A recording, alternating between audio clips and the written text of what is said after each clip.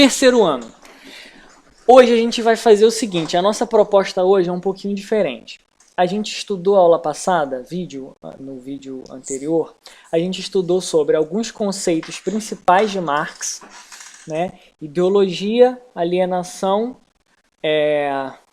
fetichismo da mercadoria, estrutura e superestrutura, e eu acho que valor também, se eu não me engano.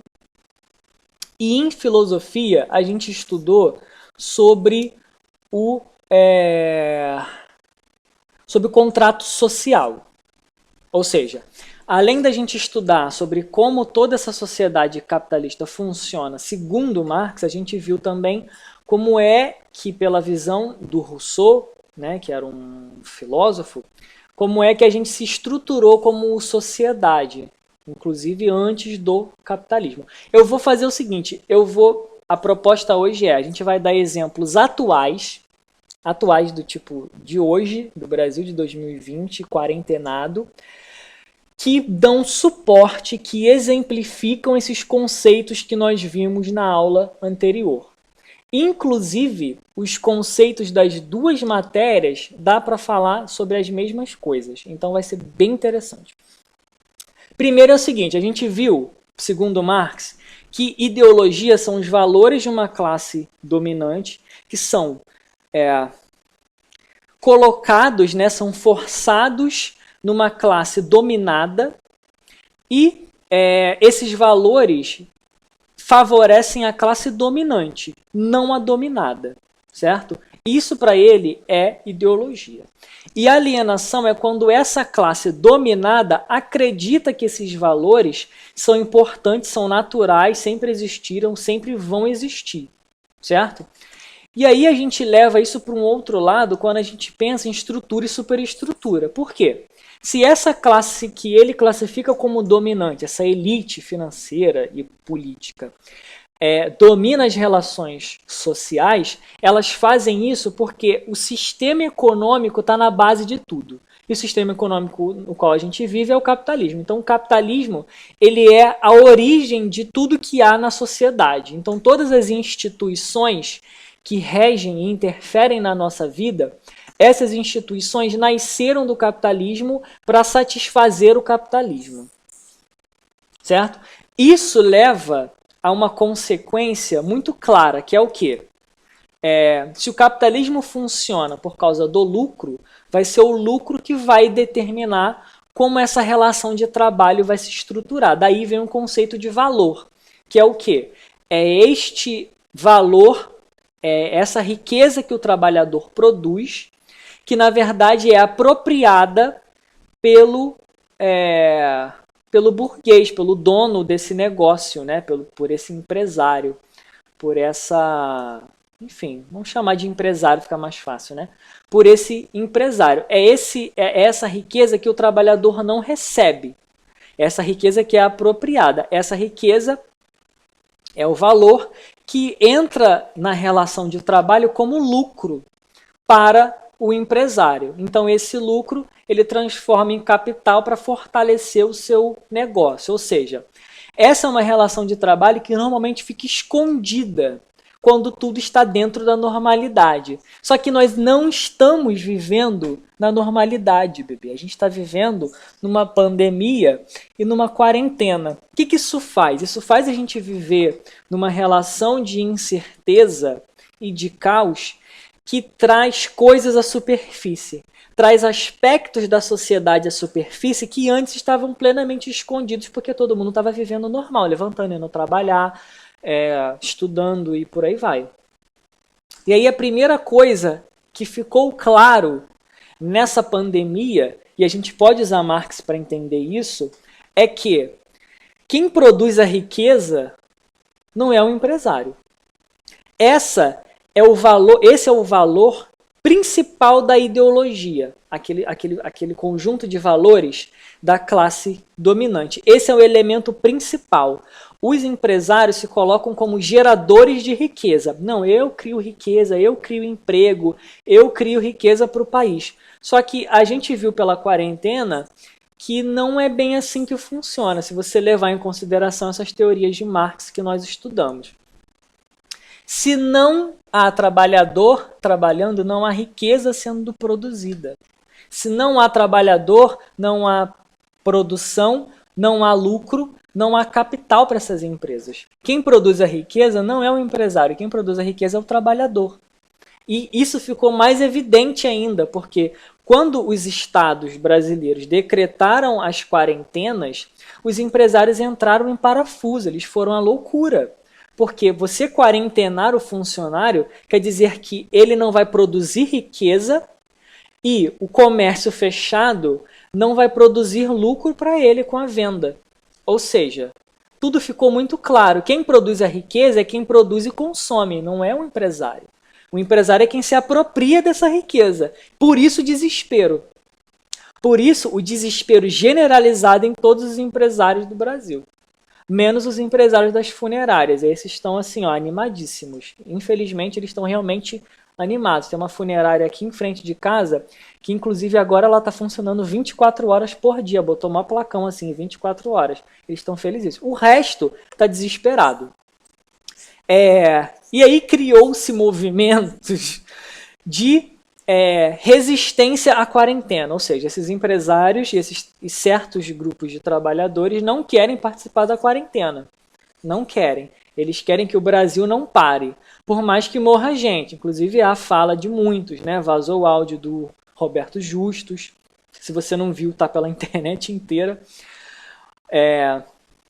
dizendo isso, vai morrer, mas vai morrer, que morra milhares, mas que a economia se salve. É basicamente isso que a gente viu em fetichismo mercantil, lembra? A gente inverte os valores. O objeto ganha vida, ou seja, a mercadoria ganha vida porque ela tem riqueza, ela tem lucro nela, e os seres humanos viram objetos, viram coisas dispensáveis. Mais ou menos isso, né? Morre pessoa, que morra a pessoa, mas a gente mantém a economia bem funcionando, gerando lucro. Ou seja, que morram os seres humanos, as mercadorias têm que circular. Então, esse conceito de Marx caiu certinho na nossa realidade quarentenada. E aí eu trouxe um vídeo para a gente ver isso em cores vivas. Tem 300 vídeos disso na internet. Eu trouxe um porque esse foi o primeiro que eu achei e exemplifica bem. Se você quiser ver outros, tem 300 outros, tá? Vamos lá. Olha isso.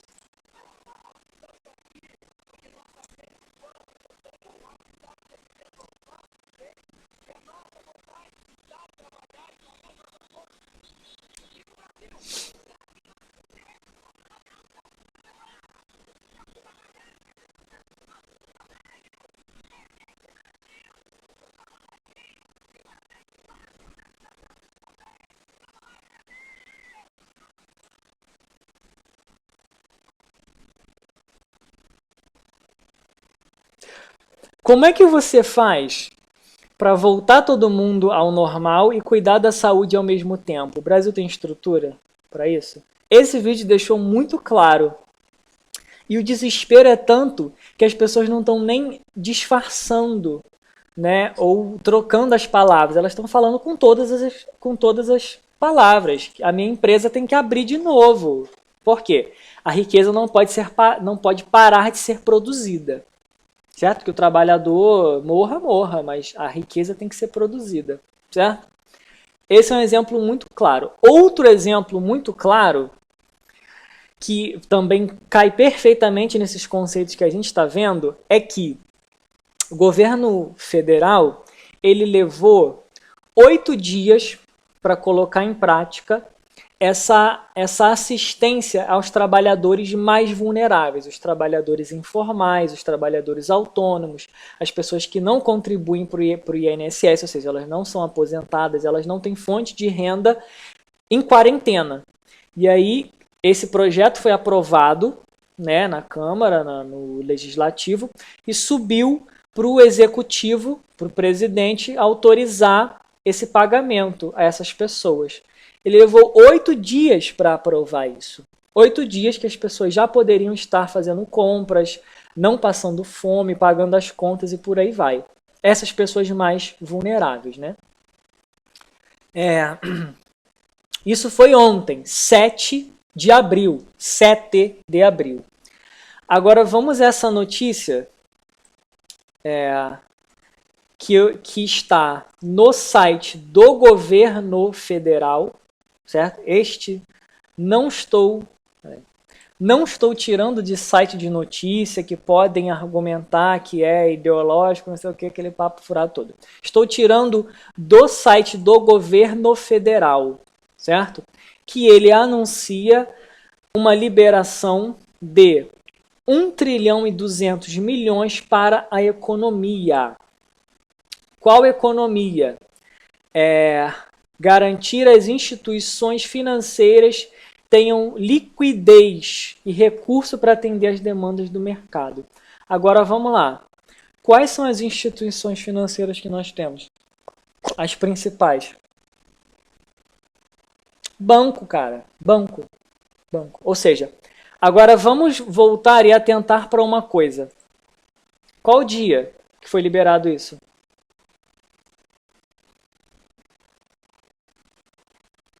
24 de março.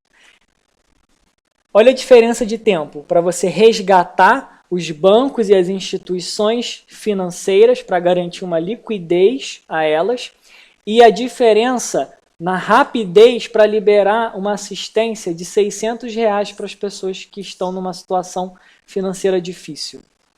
Está entendendo como é que a urgência de você garantir o lucro às instituições financeiras é muito maior do que a rapidez e a urgência de você garantir a vida e o sustento das pessoas mais vulneráveis? Isso cai certinho em todos os conceitos que a gente estudou até agora, todos eles, certo? E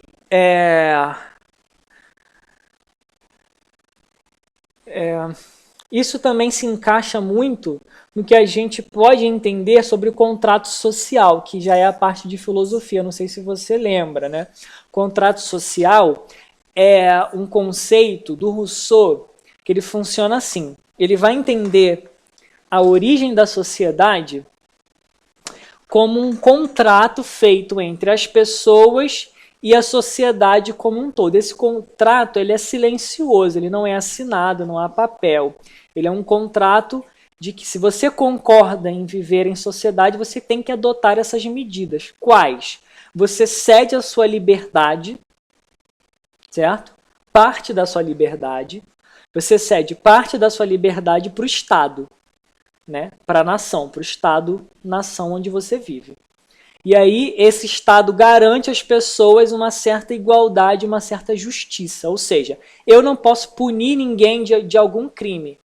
Eu não posso sair sendo justiceiro. Ser justiceiro, sair punindo as pessoas de um crime, também é crime. Por quê? Quem pune é o sistema judiciário. É um juiz e certas forças de autoridade, a polícia, federal, militar, que seja. Certo?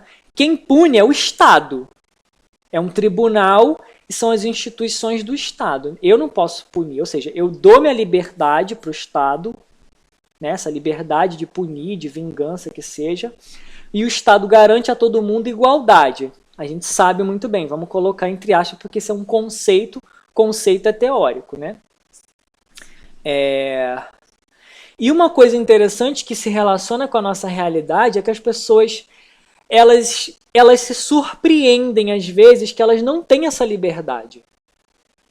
Por exemplo, tem país que está multando, como por exemplo a Espanha, a França, a Inglaterra também, os Estados Unidos, tá para implementar isso. Está multando as pessoas que saem às ruas sem uma justificativa maior. Se você sair à rua em certos países sem uma justificativa maior, ou seja, de você desrespeitar a quarentena, você sofre punição. Você pode pagar uma multa, ser preso, e certos países deram ordem para a polícia atirar para matar. As pessoas se surpreendem com isso. Eu não vou julgar o que é justo, qual medida é mais justa que a outra. Eu não estou aqui para julgar isso.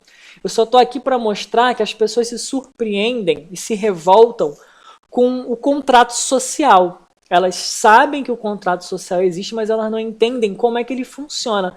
Você não tem liberdade para certas coisas. Se o Estado determinar, você não sai de casa, e há punição se você desrespeitar essa quarentena, o Estado está exercendo o papel dele normal de garantidor das liberdades e da segurança pública. Você não tem liberdade para isso.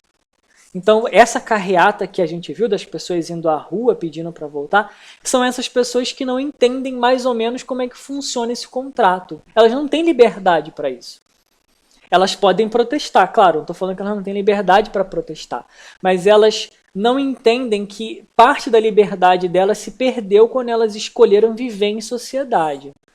Não que a gente deva aceitar sempre toda restrição de liberdade. As liberdades, né, dos direitos, as liberdades individuais têm que ser garantidas. Mas a gente não tem todas as liberdades quando a gente considera que o Estado tem monopólio sobre várias.